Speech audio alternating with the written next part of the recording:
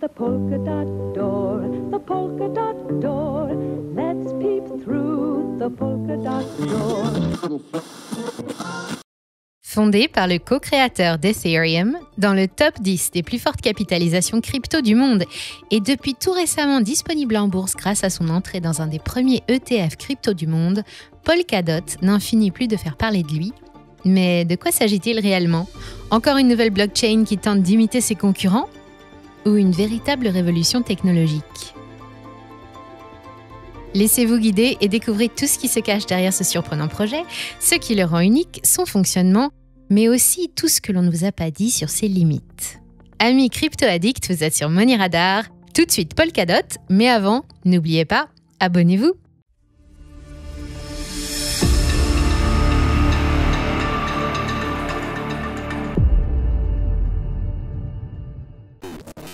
Qu'est-ce que Polkadot ?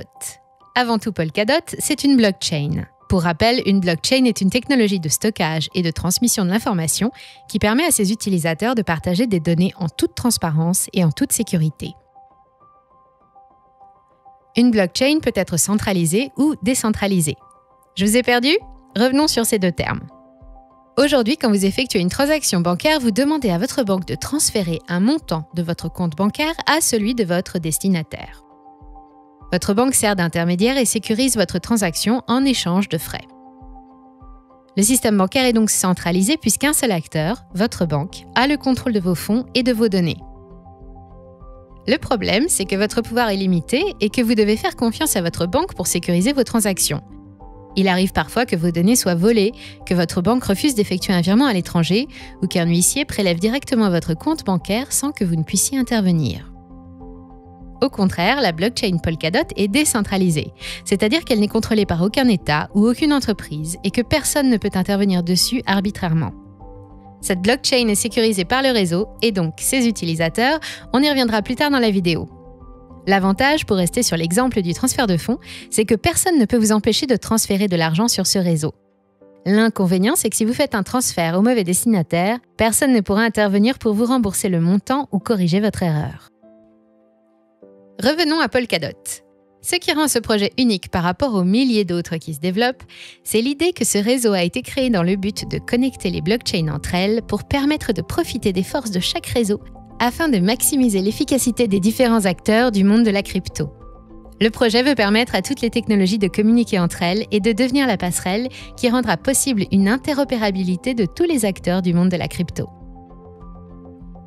Si chaque projet est une couche du millefeuille, Polkadot se veut devenir une sous-couche qui supportera l'ensemble de la cryptosphère. Rappelez-vous lorsque vous aviez un forfait chez Orange et que vous ne pouviez appeler en illimité que les numéros Orange en illimité.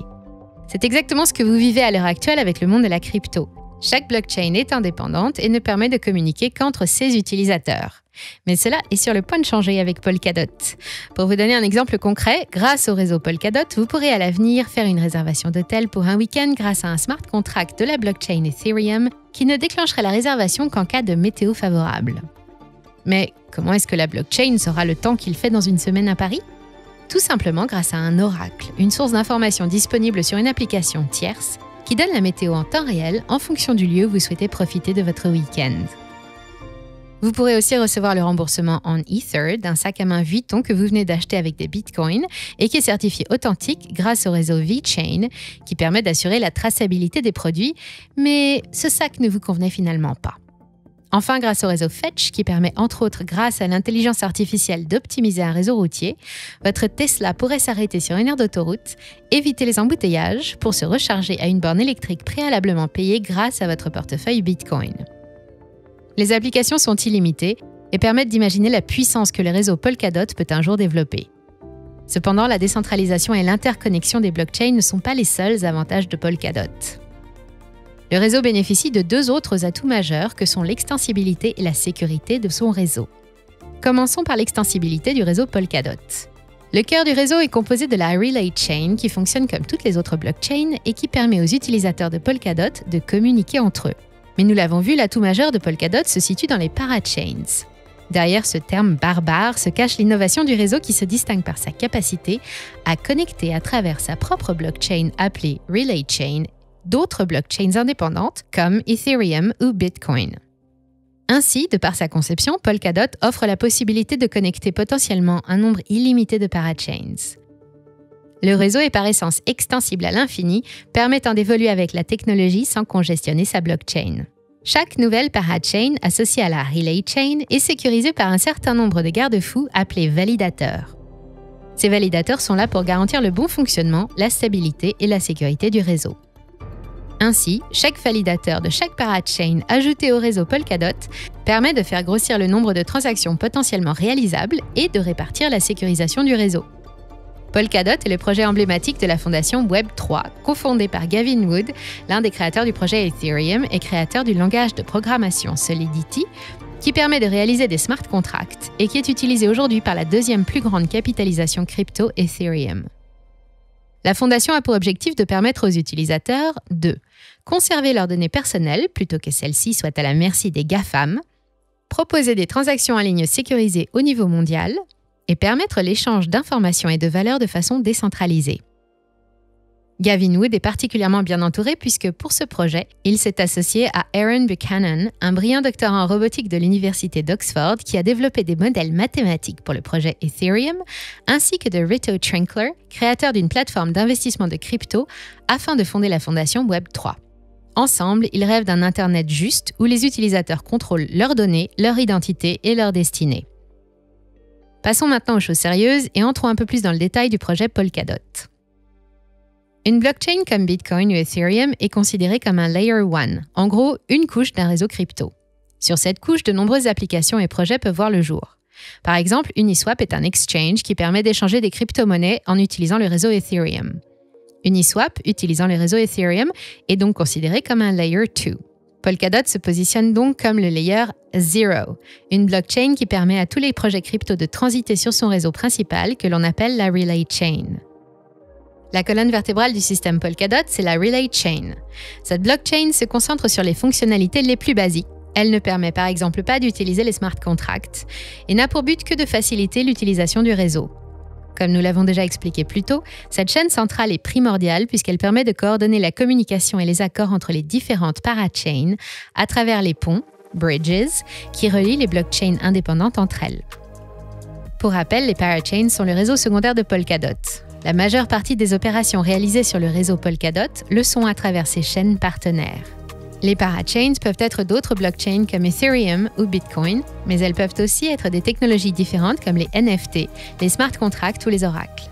N'hésitez pas à regarder nos autres vidéos sur ces sujets si vous souhaitez y voir plus clair.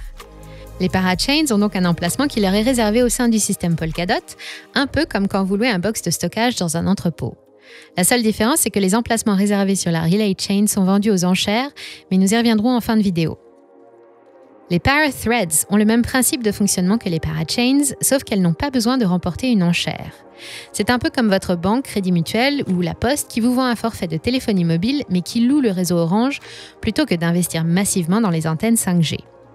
Cela leur permet de se servir du réseau Polkadot sans y réserver un créneau complet. C'est parfait quand on se lance dans un projet mais qu'on n'a pas besoin de beaucoup d'opérations, par exemple. Les Parathreads sont reliés aux Parachains qui sont reliés à la Relay Chain par des ponts. Ces ponts représentent tout simplement le lien qui permet à deux chains de communiquer entre elles. Un peu comme le tunnel sous la Manche relie la France au Royaume-Uni. Comme sur tout réseau, la sécurité est primordiale.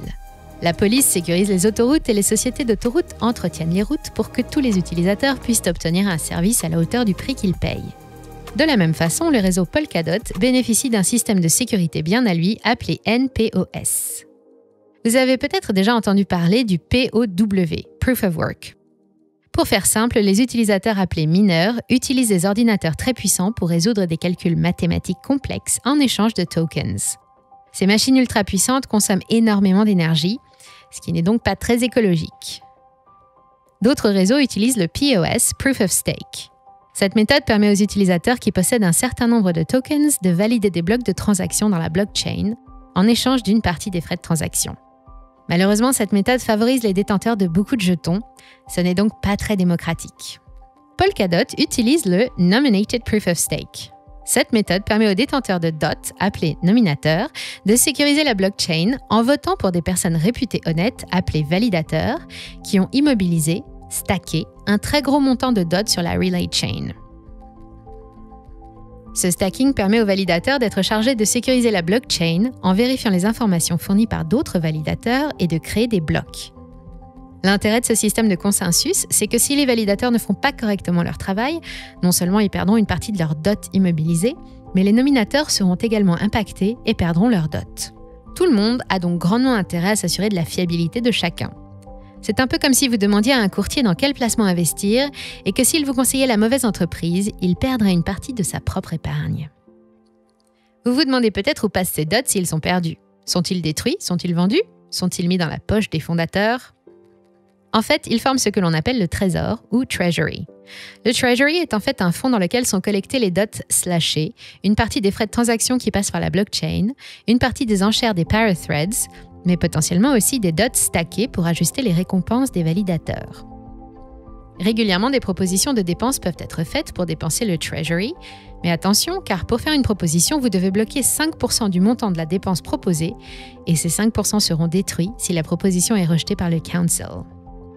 Ce groupe est en fait élu par les possesseurs de dot et sera amené à changer au terme d'un cycle régulier.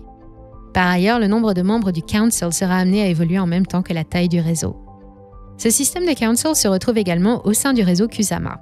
Si vous êtes familier de l'écosystème Polkadot, vous avez probablement déjà entendu parler du réseau Kusama, sans forcément avoir tout compris de la relation entre Polkadot et Kusama. Essayons d'éclaircir un peu tout ça. Kusama est une version expérimentale de Polkadot. Il s'agit du même réseau innovant qui sert de terrain de jeu aux développeurs qui souhaitent s'essayer à la Relay Chain, aux Parachains ou encore au système NPOS du réseau Polkadot. Sur Kusama, tout va plus vite en termes de gouvernance et la blockchain est plus souple et moins coûteuse, ce qui permet aux acteurs de bien comprendre comment fonctionne le réseau et de se préparer pour le grand saut sur Polkadot qui est lui plus conservateur et plus stable. Loin d'être un simple terrain d'entraînement, Kusama est entièrement opérationnel et fonctionne de la même façon que Polkadot. Le token KSM est par exemple disponible sur beaucoup d'exchanges, mais aussi à tous les investisseurs des parachains Polkadot qui peuvent réclamer du KSM, le token de Kusama. Les deux blockchains sont complémentaires, Polkadot est comme Facebook, l'acteur principal qui est stable, tandis que Kusama est comme Instagram à ses débuts, un acteur innovant qui permet de tester de nouvelles fonctionnalités qui seront plus tard implémentées sur Facebook, comme les Stories par exemple. Maintenant que nous avons compris comment le réseau Polkadot fonctionne, attardons-nous un peu sur le token du réseau, le DOT. La première chose à savoir est qu'il n'y a pas un nombre défini de DOT en circulation, au contraire du Bitcoin, 21 millions, ou par exemple du EGLD, 31 415 926. En effet, notre token est ce que l'on appelle inflationniste. Il est conçu pour augmenter en fonction du besoin, et pour schématiser, le nombre évoluera à la hausse ou à la baisse en fonction des besoins pour récompenser les validateurs et pour garder une certaine stabilité. Il n'a pas vocation à devenir une monnaie virtuelle, bien qu'il puisse le devenir à terme par la force des choses. Le jeton DOT a en fait 3 fonctions distinctes que nous allons détailler. La première fonction du jeton est de permettre aux détenteurs du DOT de participer à ce que l'on appelle la gouvernance de Polkadot. Ce système sophistiqué vous permet de corriger ou de mettre à jour le protocole, de déterminer les tarifs du réseau ou encore de définir le calendrier d'ajout des parachains. Vous pourrez aussi voter pour les membres du council et avoir votre mot à dire dans le management du réseau, comme tout bon citoyen qui vote lors d'une élection présidentielle. La deuxième fonction du jeton est de soutenir le système de consensus du réseau. En effet, Polkadot dépend des détenteurs de DOT pour fonctionner et permettre d'effectuer des transactions entre les parachains. Les jetons sont stackés sur le réseau pour une durée plus ou moins longue, participent à l'activité de Polkadot en maintenant la stabilité de l'écosystème. Par ailleurs, les détenteurs qui seraient tentés d'avoir un comportement malveillant envers la plateforme seront attaqués directement au portefeuille stacké, valorisant ainsi les comportements positifs. Le staking permet de gagner environ 20% par an, mais il faut prendre en compte le fait que le nombre de jetons peut augmenter, 10% la première année, et que donc potentiellement la valeur des dots peut baisser. La troisième fonction du jeton est d'ajouter de nouvelles parachains à la plateforme tout en sachant que les parachains obsolètes seront supprimés au fur et à mesure. C'est ce que l'on appelle le bonding. Comme pour le staking, il s'agit d'un engagement fort du détenteur puisqu'il bloque ses dots sur une parachain durant un laps de temps qui peut aller jusqu'à 6 ans. Ce faisant, il profite du succès de la parachain choisie et reçoit généralement des récompenses intéressantes pour avoir cru en premier au projet qui a gagné l'enchère. Au terme de l'engagement, ou parfois mensuellement au cours du cautionnement, le détenteur de DOT reçoit ses jetons qu'il avait préalablement bloqués pour le bonding. Ce système de bonding, vous en avez sûrement déjà entendu parler, il est plus connu sous le nom de crowd loans. Qu'est-ce qu'un crowd loan ? Un crowd loan est ce qui pourrait s'apparenter en français à un prêt participatif, un peu comme ce que vous faites quand vous investissez sur une invention géniale sur un site de Kickstarter. C'est tout simplement une levée de fonds, mais sous forme de prêt. Pour résumer, vous prêtez vos jetons DOT pendant une certaine durée et en échange, vous obtenez une récompense. Dans tous les cas, vos jetons vous seront rendus, même si parfois leur valeur baissera. Les projets s'affrontent afin de récolter assez de jetons pour remporter une enchère parachain. Le projet doit être solide, utile, bien marketé et disposer d'une communauté active pour faire face à ses concurrents et sortir du lot. Le fonctionnement de l'enchère est en vérité un grand classique, appelé vente à la bougie. Une durée d'enchère est prédéfinie. Auparavant, il s'agissait du temps pour une bougie de se consumer entièrement et de s'éteindre. Et chaque projet doit tout faire pour obtenir le plus de fonds possible à l'issue du délai imparti pour remporter la parachain. Le crowd loan est donc une excellente opportunité pour tout le monde de montrer son soutien pour un projet qui les passionne et de gagner des récompenses avec le succès de celui-ci. Ces récompenses, parlons-en. Il y a plusieurs avantages à participer à un crowd loan. La plupart du temps, les projets qui s'affrontent pour l'obtention d'une parachain vous proposent de récupérer gratuitement des tokens natifs de leur nouvelle parachain. Ces tokens obtenus très tôt peuvent vite gagner en valeur à mesure que le projet prend de l'ampleur et gagne en popularité. Lors de ces enchères, ces tokens ne sont même pas listés sur les exchanges et vous avez donc accès à ce que l'on pourrait qualifier de pré-vente. C'est comme si vous aviez l'occasion de voir le nouveau film Marvel en avant-première, un bon moyen donc de faire grossir votre investissement sans rien faire, d'autant plus que vous récupérez votre mise de départ en dot à la fin de l'enchère, ne l'oublions pas. Les inconvénients du crowd loan. Bien que l'idée d'investir sur une parachain semble intéressante sur le papier, il existe des inconvénients qui vous feront hésiter entre le crowd loan et le staking. En effet, le plus gros problème est la durée d'immobilisation de vos jetons. La plupart des parachains vous demandent de bloquer vos dots pendant au moins 2 ans, quand d'autres vous proposeront d'aller jusqu'à un blocage de 6 ans. Difficile donc, à la vitesse où évoluent les technologies crypto, d'imaginer immobiliser vos tokens pendant autant de temps sans avoir de garantie sur la rentabilité de l'investissement. La deuxième difficulté se trouve dans la complexité à trouver le projet, la pépite qui sortira du lot et qui parviendra à rentabiliser votre investissement. Si vous aviez été capable d'investir sur Airbnb ou Amazon à leur début, vous seriez déjà très riche. Il est difficile, même à l'heure actuelle où les marchés sont euphoriques, de savoir quels projets seront les leaders de demain. Ce qui nous amène à une question essentielle. Comment choisir son crowd loan ?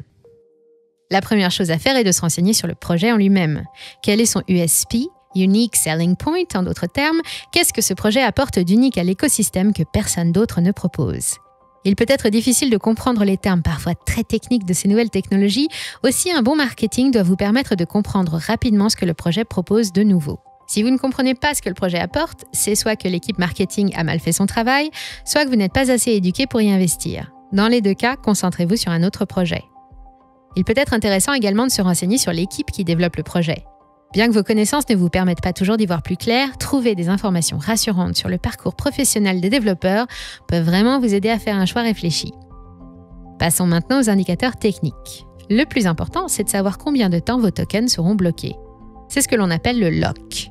La plupart des projets proposent un lock de 96 semaines, une éternité dans le monde de la crypto, mais un mal nécessaire à la stabilité d'un projet. La deuxième chose qui entre en compte, c'est la redistribution des tokens natifs de la parachain. En quelque sorte, il s'agit du pourcentage d'actions que l'entreprise consent à donner aux investisseurs initiaux lors d'une introduction en bourse. Par exemple, le projet très attendu Moonbeam a prévu de donner 10% de la totalité de ses jetons aux généreux investisseurs de Polkadot. Attention tout de même, certains projets vous donnent accès à ces tokens dès le début, quand d'autres vous les donnent en plusieurs fois au fil de l'eau. Enfin, il faut prendre en compte les éventuels bonus attribués aux investisseurs. Il peut s'agir de pourcentages de tokens en plus pour les premiers participants, de NFT en cadeau ou d'autres choses. Ces petits plus peuvent parfois faire pencher la balance dans un sens ou dans un autre. Vous êtes prêts à vous lancer ? Voyons ensemble comment faire. Nous l'avons vu, Polkadot répond à un problème majeur dans le monde de la crypto, l'interopérabilité. Il se dessine comme l'un des projets les plus utiles et les plus novateurs, et son équipe est l'une des plus pointues dans son domaine. Pas étonnant donc que Polkadot soit l'un des leaders des crypto-actifs. Le lancement des crowd loans ne fait que rajouter du bois dans le feu innovant de l'écosystème Polkadot, et nul doute que lorsque tous les ponts seront bâtis entre chaque îlot de l'océan des cryptos, le monde entier ne pourra plus se passer de ce qui sera alors un pilier du futur Web 3.0, Polkadot. Si vous aussi vous souhaitez aller plus loin en soutenant et en investissant dans ce projet, suivez les liens en description pour acheter des Polkadot sur les plateformes les plus fiables du marché. Et nous, on vous dit à très bientôt, c'était Money Radar.